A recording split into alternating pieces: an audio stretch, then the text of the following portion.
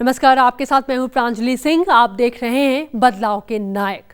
खून की एक एक बूंद देकर दूसरों को जिंदगी देने वाले भगवान से कम नहीं हो सकते। कई बार वो हमारे और आपके बीच होते हैं, लेकिन हम उनके बारे में नहीं जानते। लेकिन आज हम आपको उनसे जरूर मिलवाएंगे। वहीं मजहब के नाम पर एक दूसरे का साथ छोड़ने वालों को आज मुन्ना मास्टर से जरूर मिलना चाहिए। कैसे एक पेड़ ने किसी को ट्री मैन बना दिया, ये भी आपको बताएंगे। और अंत में हम आपको मिलवाएंगे आज के गांधी से।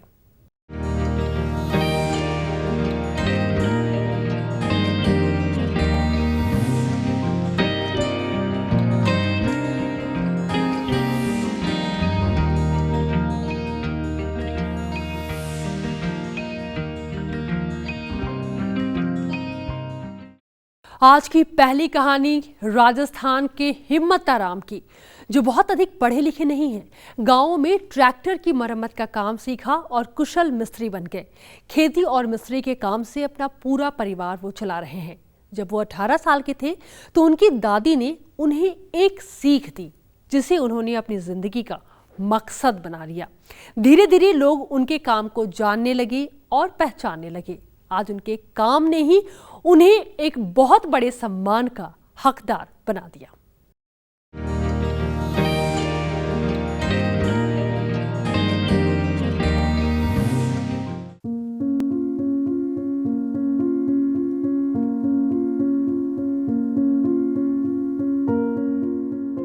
हिम्मताराम भांभू राजस्थान के नागौर जिले में रहते हैं और वहां के रेगिस्तानी इलाकों में अब तक लाखों पेड़ लगा चुके हैं। हिम्मताराम ने राजस्थान के रेगिस्तानी इलाकों में जगह जगह पौधारोपण के साथ पर्यावरण के लिए वर्षों संघर्ष किया है। वो आज भी पेड़ पौधों के जरिए पर्यावरण संरक्षण के लिए प्रेरणा स्रोत हैं। आज से 45 साल पहले जब मेरी दादी थी 96 साल की, उन्होंने मेरे हाथ से एक पीपल का पौधा लगाया और उन्होंने कहा कि उस पौधे को बड़ा करो, इनकी सेवा करो, इससे बड़ा और धरती पर कोई पुण्य नहीं है। और उन्होंने ये भी बताया कि जो ये पशु पक्षी है, मूक पशु है, पक्षी है, इनको भी चुगा डालो, इनकी भी सेवा करना। ये उन्होंने मेरे को एक प्रेरणा दी। उसी प्रेरणा से मैं शुरू हुआ और उस पीपल को मैं बड़ा किया और उनकी सेवा की। आज उस पीपल के नीचे 500 से ज़्यादा लोग बैठ सकते हैं। और इस पीपल की प्रेरणा लेकर के और मेरी दादी की प्रेरणा लेकर के मैं आज तक 5.5 लाख से ज़्यादा पौधे लगा चुका हूँ और उसमें से 3.5 लाख पौधे पेड़ बन चुके हैं। और वो पेड़ एक आंकलन है। उस आंकलन में प्रत्येक वर्ष 12 करोड़ अरब रुपयों की ऑक्सीजन देते हैं। ये एक मानव मात्र के लिए वो काम आ रही है। यही नहीं, हिम्मताराम पशु पक्षी प्रेमी भी हैं। भांभू हजारों पक्षियों और जानवरों को रोजाना लगभग 20 किलो दाना खिलाते हैं। पशु है, पक्षी है, जंगली जीव है, उसको बचाने के लिए भी हमने इतना काम किया, शिकारियों से संघर्ष किया और शिकारियों के खिलाफ 28 तो मुकदमे लड़ा खुद के हर्जे खर्चे पर, और उसको शिकारियों को जेल में डलवाया। और 2500 से ज़्यादा जो चिंकारा हिरण हैं, खरगोश हैं, मोर हैं, राष्ट्रीय पक्षी मोर हैं, उनको घायल अवस्था में इलाज करा करके जंगल में छोड़ा गया। और मेरे खुद के खेत, मेरी खुद की ज़मीन है 6 हेक्टर, उसमें 11,000 पौधे लगाकर उस खेत को जंगल बना दिया। उस खेत में आज 11,000 पौधे हैं। वहाँ 300 से ज़्यादा मोर हैं, राष्ट्रीय पक्षी, उसको और हजारों की तादाद में पक्षी हैं, वहाँ विचरण करते हैं। हर रोज़ उसको भोजन कराता हूँ, हर रोज़ उसको 20 किलो चुगा डालता हूँ, उसको भोजन कराता हूँ पास में बैठ करके। और इतना ही नहीं, उसमें उनको पानी के लिए 300 से ज़्यादा पानी के परिंदे भरे जाते हैं। और वहाँ रेंगने वाले जीव भी हैं, वो 15-20 सांप हैं, गोइडा है, काले नाग हैं, और वो रेंगने वाले गोपाट हैं। ऐसे कई तरह के जीव हैं। वो जीव हमने उस प्रकृति को, जैव विविधता को बचाने के लिए ऐसा पर्यावरण प्रशिक्षण केंद्र एक मॉडल स्थापित किया है जिसमें 11,000 पेड़ निजी भूमि पर, और आज तक किसी से अनुदान 1 पैसा नहीं लिया। हिम्मताराम वर्षों से राजस्थान के अपने गृह जिले नागौर में कार्यरत हैं। उन्होंने पेड़ लगाने का काम एक छोटे पीपल के पौध से शुरू किया। धीरे धीरे उनका ये जुनून एक मुहिम बन गया। पौध लगाते गए जो पेड़ बनकर अपनी छांव से लोगों को प्रेरित करते चले गए। आज हिम्मताराम की पहचान देश भर में फैल चुकी है। पर्यावरण संरक्षण के क्षेत्र में हिम्मताराम भांभू के कार्यों की सराहना करते हुए भारत सरकार ने इन्हें इस वर्ष पद्मश्री से सम्मानित किया। डॉक्टर हिम्मताराम भांभू, समाज सेवा, पर्यावरण।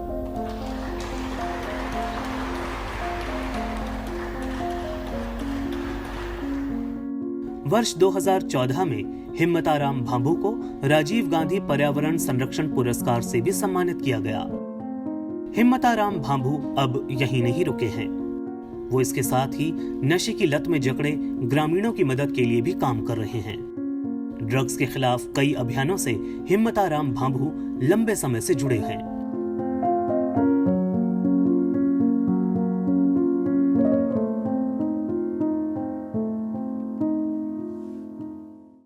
हिम्मताराम जी को पर्यावरण के साथ साथ पशु पक्षियों से काफी प्रेम है। संस्था पीपल फॉर एनिमल से वो जुड़े हुए हैं और अब तक 13 शिकारियों को वो जेल भी पहुंचा चुके हैं। उनके काम को राज्य और केंद्र सरकार ने काफी सराहा है क्योंकि वो इसके हकदार हैं।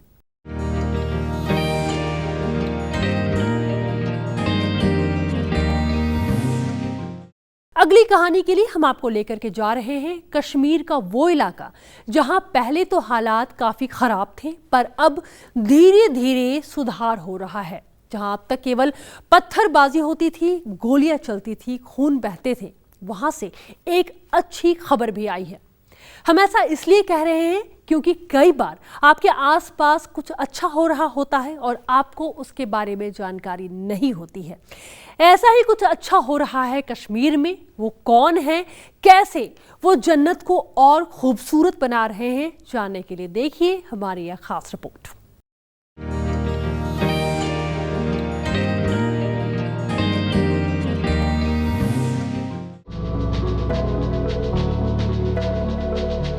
पिछले 3 दशक से कश्मीर में आतंकवाद के कारण हजारों लोगों का खून बहा है,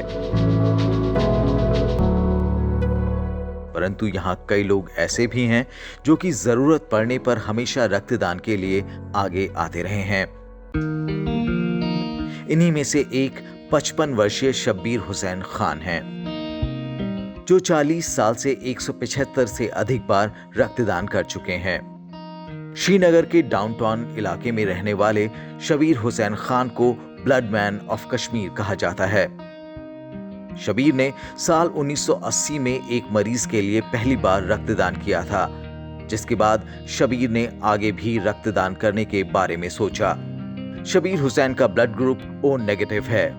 राज्य में इस ब्लड ग्रुप के कम लोग हैं जो सामने आकर रक्तदान करते हैं।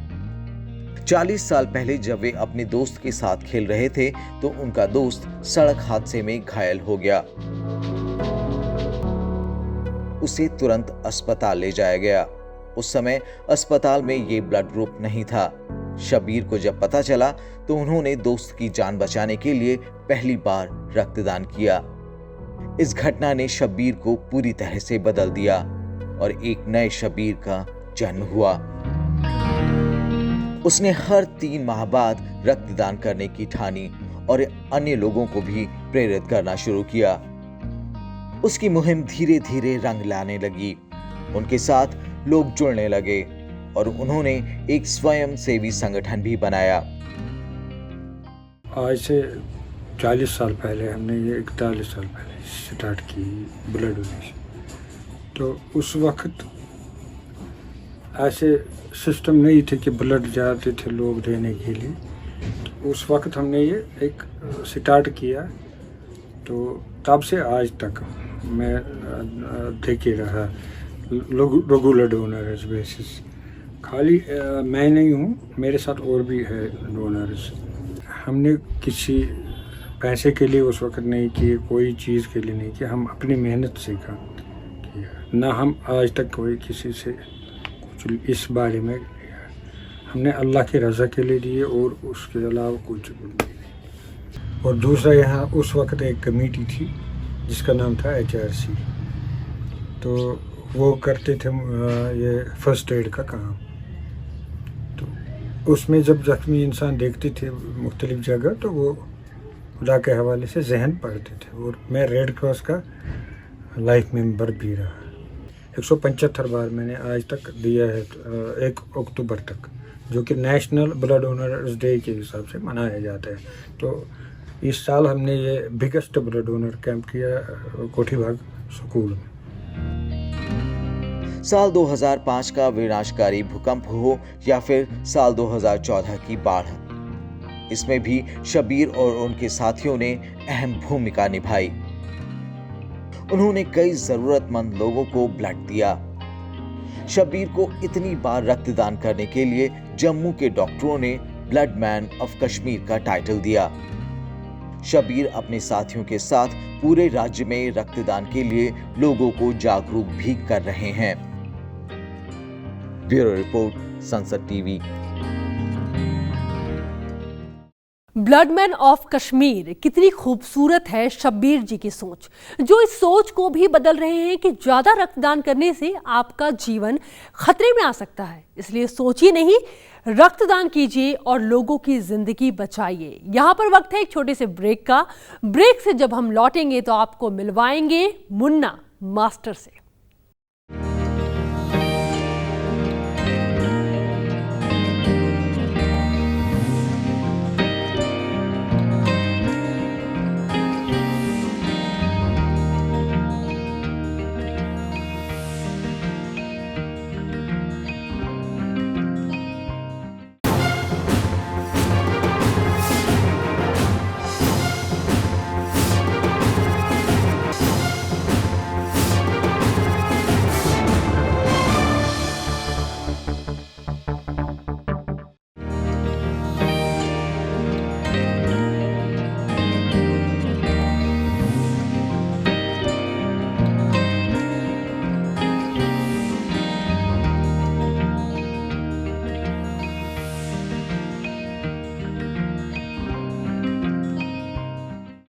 ब्रेक के बाद एक बार फिर से आपका स्वागत है।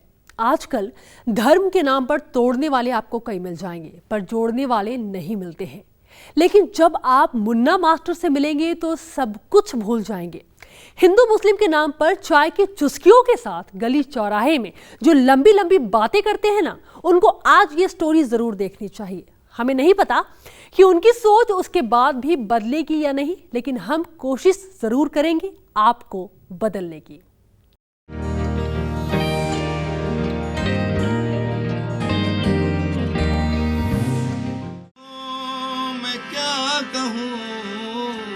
किससे कहूँ मैं, क्या कहूँ, किसने मुझे लुभा लिया, किससे कहूँ।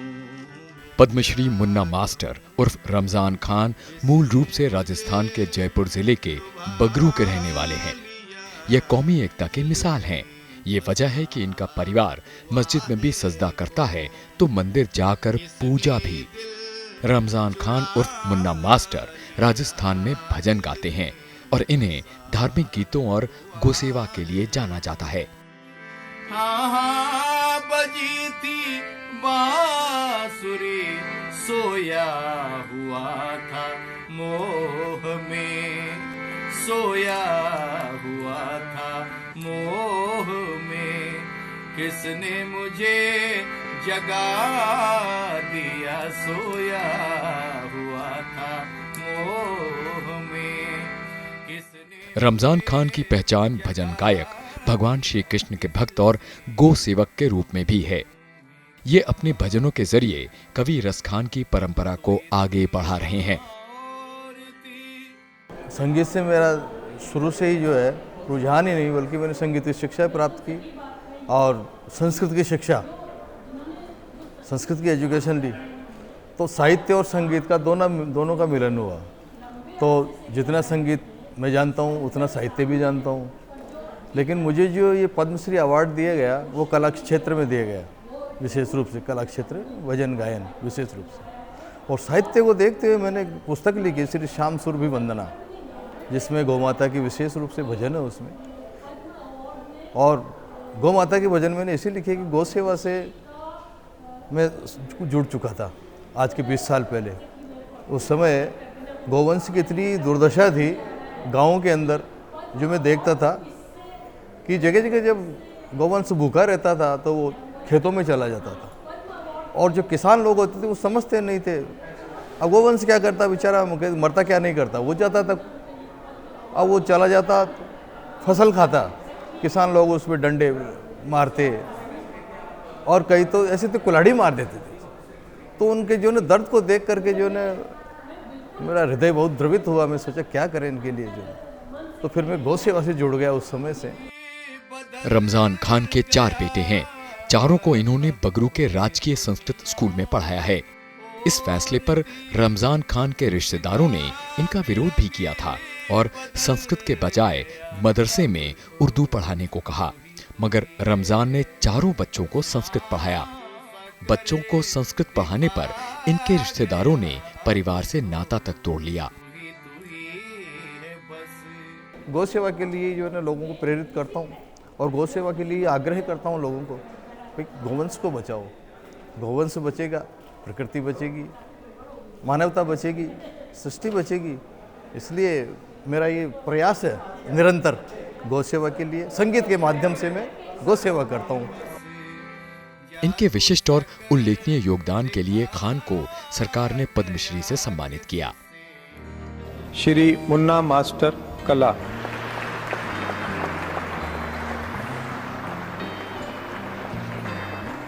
चलो चले मुरली सुने, चलो इनके भजन गंगा जमुनी तहजीब की पहचान है।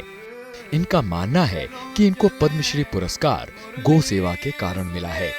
ये आगे भी इसी तरह गौ सेवा करते रहेंगे और गौ हत्याओं पर रोक लगाने के लिए जागरूकता अभियान चलाएंगे।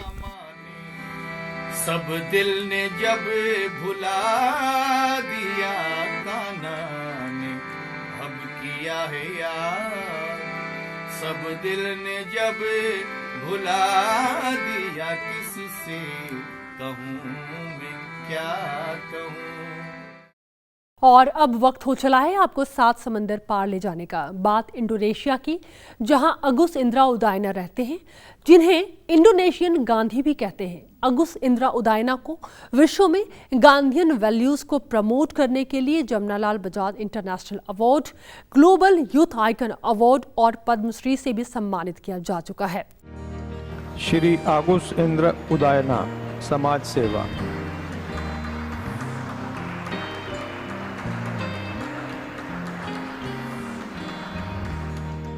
Thanks to the government of India to give me award as Padma Shri Award, the highest award, of course, for the internationally, as a social worker. My work, my field is in a field of the Gandhian life, in living yogi of Mahatma Gandhi. As a social worker, our idea how to promoting the ideal of Mahatma Gandhi, we are doing something good for the society. In our idea, how the poor, we give them opportunity to be rise as a good people. Then, thanks God, our idea also how to make a bridge between Indonesia and India. Therefore, my project since 2001, we call Indonesia-India Sangam project. That project, how I send more than 100 students already till now to study in India. How they learn something, how to learn together, learn to do and learn within.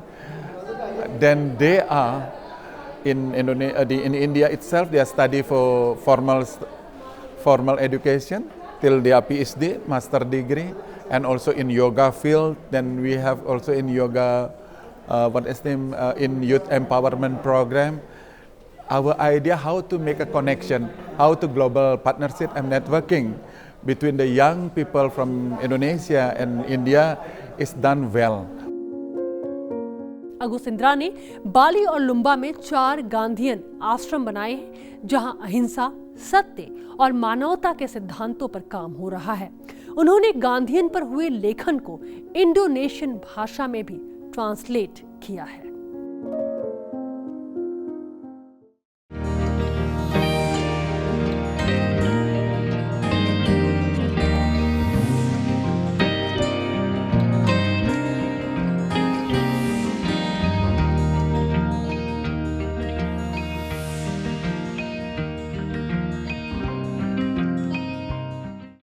बदलाव के नायक के सफर को आज यहीं पर हम विराम देते हैं। अगली बार कुछ और कहानियों के साथ आपसे होगी दोबारा मुलाकात। तब तक के लिए आप देखते रहे संसद टीवी। नमस्कार।